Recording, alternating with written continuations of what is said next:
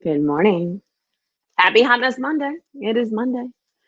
I'm gonna just share some stuff over to another screen real quick. How are you guys doing? Everybody having a great Martin Luther King Day? Did you get the day off? Do you have a job to take the day off from? That's a question, huh? The question of the day. Do you even have a job to take the day off from? I'm Sugar Jones, you guys. I'm going to go and share some stuff over. That's why I'm looking down because I'm looking at my screen. But for those of you that are already here, Jess from New Girl. Oh, that's a nice compliment. Thank you. I love Jess. I love the part in the beginning where she's like, it's Jess. I wish I had 3 guy roommates like that just doted over me and made everybody smile. Oh, look at Mr. Dean is just COVID and chilling. But some people are still able to smell and taste, apparently, so not bad. Thank you, David. I do look gorgeous. Thank you. Sorry, I have no, ow, not in my hair. Look at that, trying to be all sexy and just tangle it in the hair. That's pretty much me. I started late today because my throat is just like super froggy. Happened last week, so it's not a COVID thing. I think it's just a I don't know what it is. It used to be okay that I could talk by 12. I think what's happening is just I've been getting up later and later the last week because I've been staying up later and later, listening to some crazy rooms on Clubhouse. Is anybody else on Clubhouse right now? It's pretty insane. All right, you guys, I'm sorry. I'm trying to share this over to my regular page. So for those of you that are rewatching, just scooch forward and I'll just, just do you can just start over. So anyway, let's see. Hold on. 2 seconds, 2 seconds, 2 seconds. Sorry, guys. For the 2 of you that are here, just kidding. It's more than 2 of you. All right. Well, this is the part you can scooch to. Happy Hot Mess Monday, you guys. I am Sugar Jones. I'm your hot mess in residence. And it's been a really messy almost year. So that's what we've been talking about for the last 9-10 months. It's just all the craziness that's going on this week. And I'm going to choke up, you guys. Today is Martin Luther King Jr. Day. It's MLK Day. And this week, a woman, not just a woman, but a woman of color. Oh my God. I can't. A woman of color is going to be inaugurated as the Vice President of the United States. Let's just take a moment right there and just let that shit sink in. Whew. Damn. Let me just tell you, growing up a little brown Mexican girl in LA, that's some heavy shit, and I'm super, super, super stoked that is happening today. I have a word for you white people trying to outwoke each other today.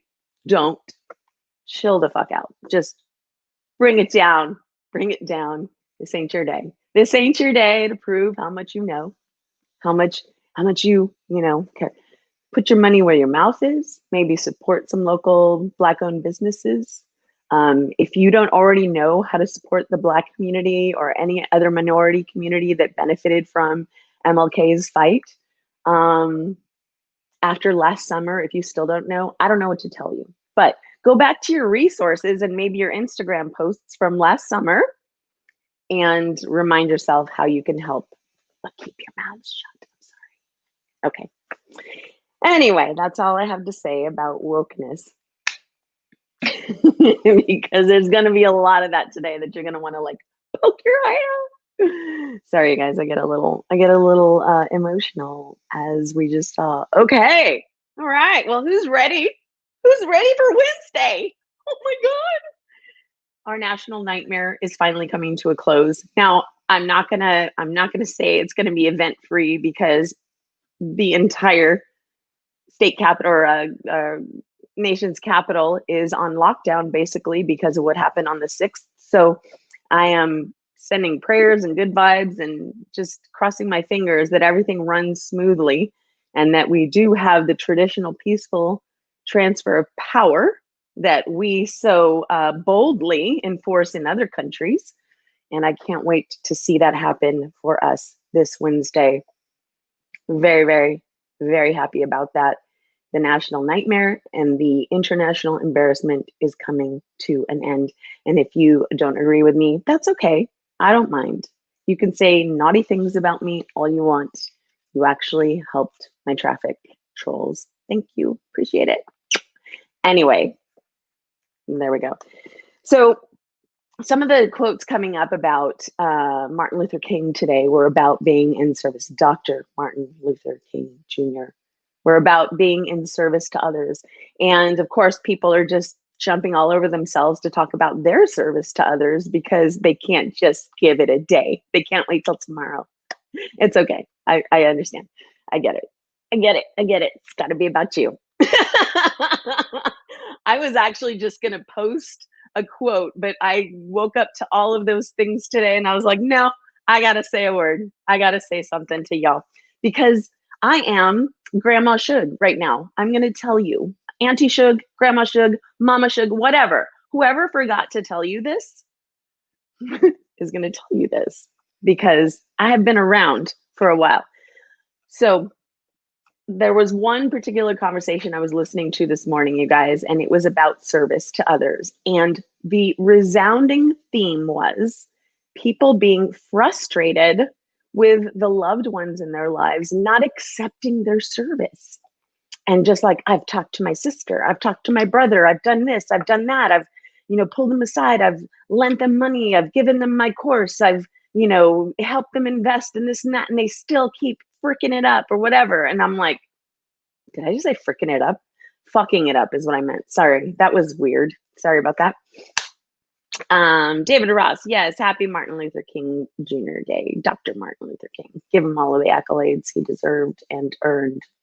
And anyway, so the service to others conversation started turning into a very uncomfortable conversation for me because I have struggled with in the past codependency.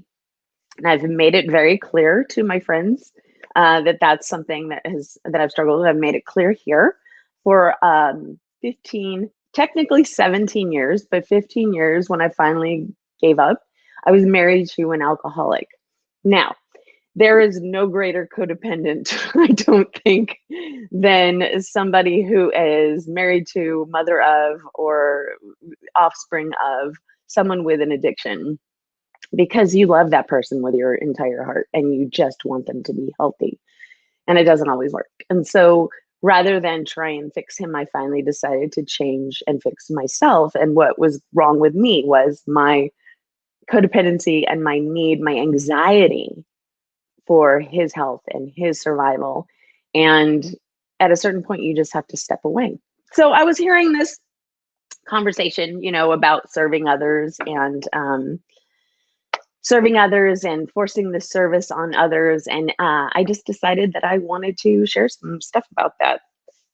Now, if your service is something, or serving them, maybe what you do or sell or whatever has nothing to do with this, but you want to help somebody. That's noble. That's loving. That's caring. But at a certain point, that person has to receive what you're giving them. I don't care how frustrated you are. This is going to be tough talk.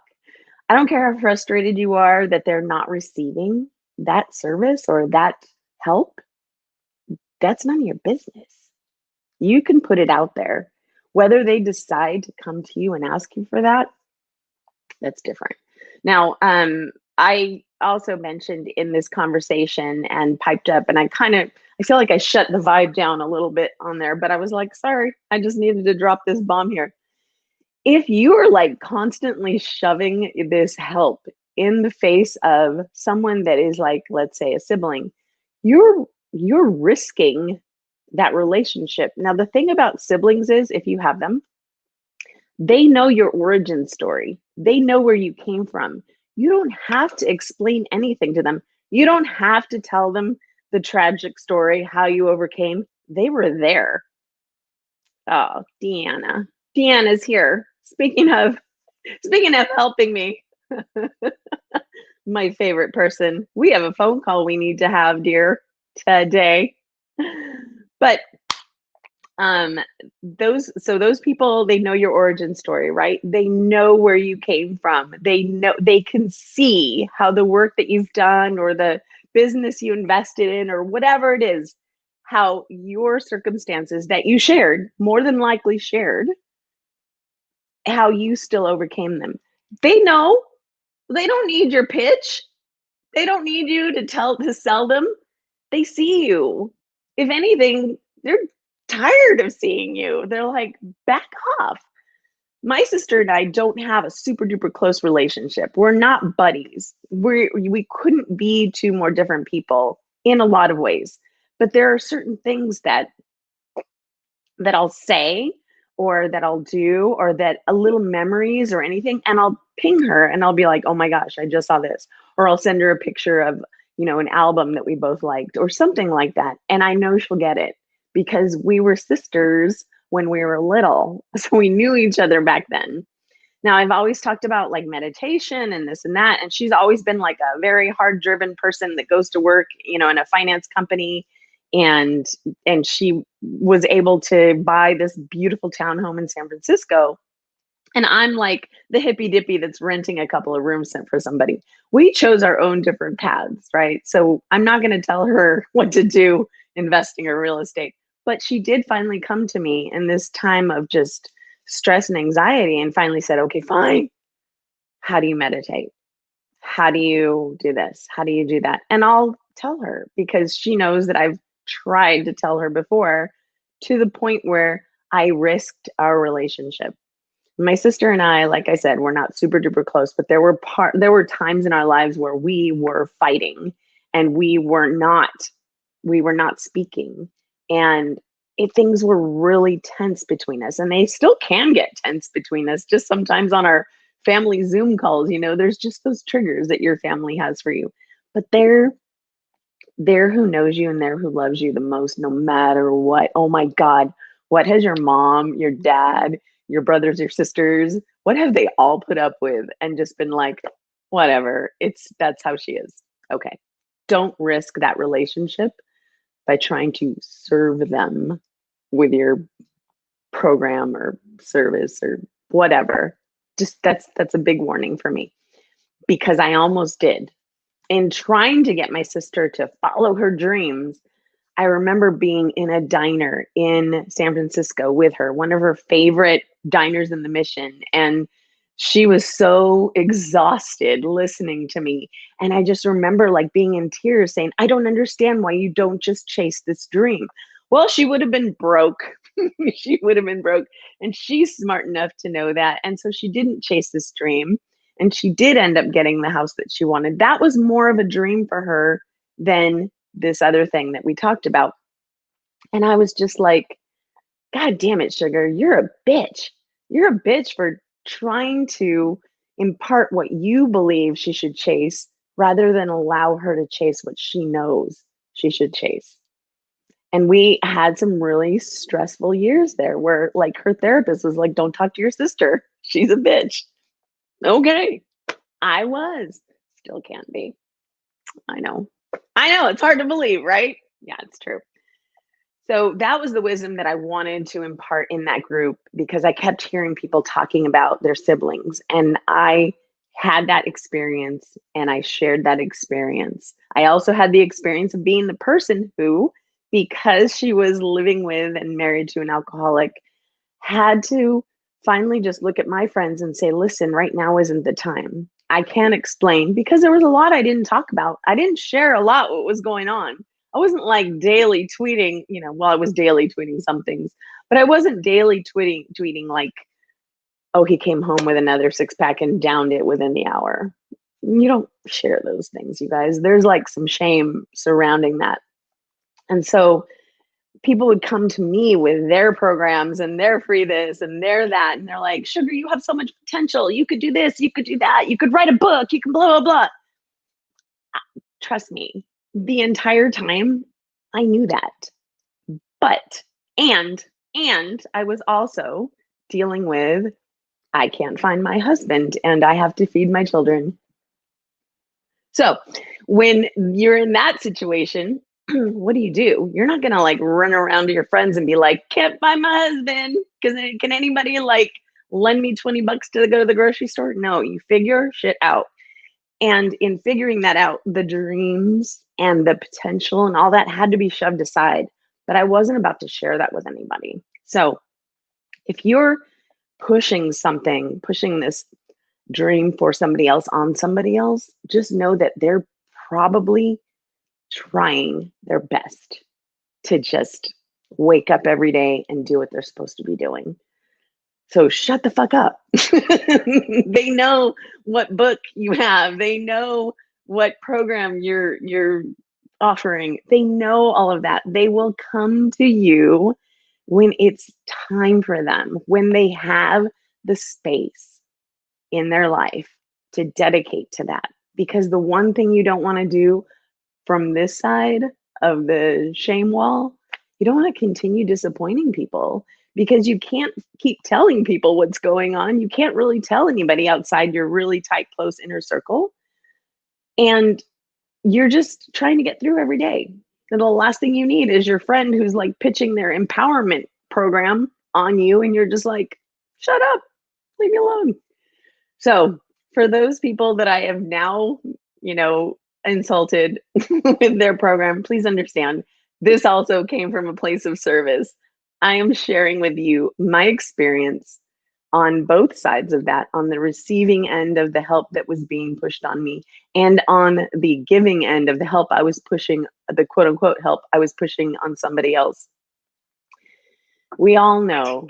Oh, could you try again? My watch thinks I'm talking to it. Anyway, I guess that's time for me to just wrap up. So, guys, that's all I really wanted to say today. I wanted to remind you to try not to be the most woke white person in your neighborhood or on Instagram. Go back to your summer posts and remind yourself how you can serve the Black community and how you can serve other minority communities and just serve. Don't pat yourself on the back publicly. Just do it. Just send your money. Shut up. There's a lot of shutting up that needs to happen today, including me right now. I'm going to shut up in a second. And also, if you are serving others, let them come to you once you've given them everything you can. They will, on their time, come to you. It's not your schedule. It's not your life. It's not your timeline. It's their story. They'll let you know when they want you to be part of that and when they want your help to change that narrative. So anyway, all right, you guys, I am going to now hop back into Clubhouse and see if I can disrupt any more service conversations. Tomorrow, I'm actually going to be talking with my friend, Dr. Carrie Rose, about boundaries. So if you're on Clubhouse, follow me. You'll get an alert when we pop into the room. I believe it's going to be 11 Pacific, 2 Eastern that we'll be having this conversation.